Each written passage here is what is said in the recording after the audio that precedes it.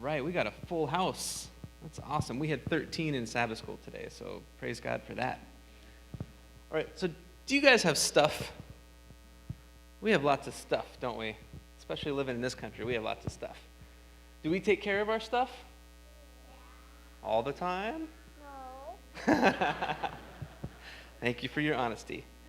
I want to talk about taking care of things.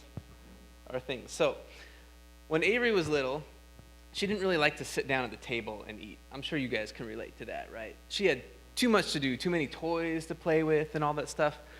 So she would take her plate and she would go over to the couch and she would put her plate down on the couch.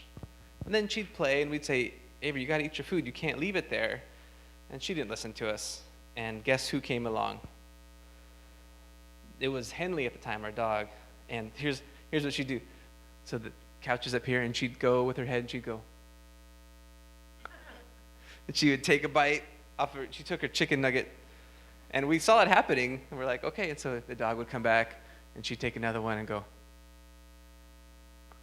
And disappear. And she ate all of them. And then Avery comes back to her plate, and they're gone. And she cried a little bit, not too much. And we're like, hey, if you don't take care of your stuff, it disappears. So, and then another time, we were going camping, and we were there late. And we didn't really look around carefully. Is it important to pick where your tent goes? Can really make or break your camping day, can't it? So, it was early morning, and we heard, we're like, that's weird.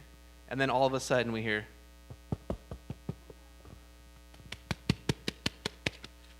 I'm like, what is that sound? And we open the tent door, and there's a sprinkler just shooting our tent. It's like,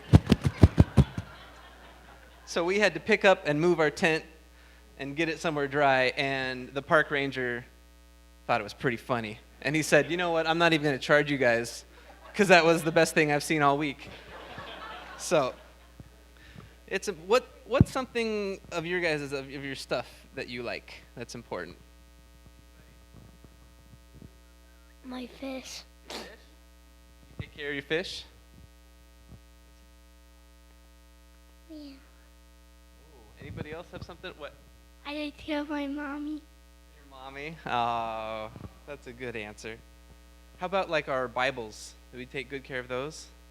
Yeah. In fact, if we open the Bible, there's a story about a shepherd. You remember? Guess how many sheep he had? 100. Yeah. And he lost one. So that means he still has 99% of his sheep. That's like what grade in school is 99%? It's like an A plus. It's pretty good. But he wasn't okay with that. He had to go find that one lost sheep, get 100. Now, for you guys, though, you know what I think the most important thing you have is? It's your heart. Would you agree? It's very, very important. And when we say your heart, is it really your heart that does the thinking?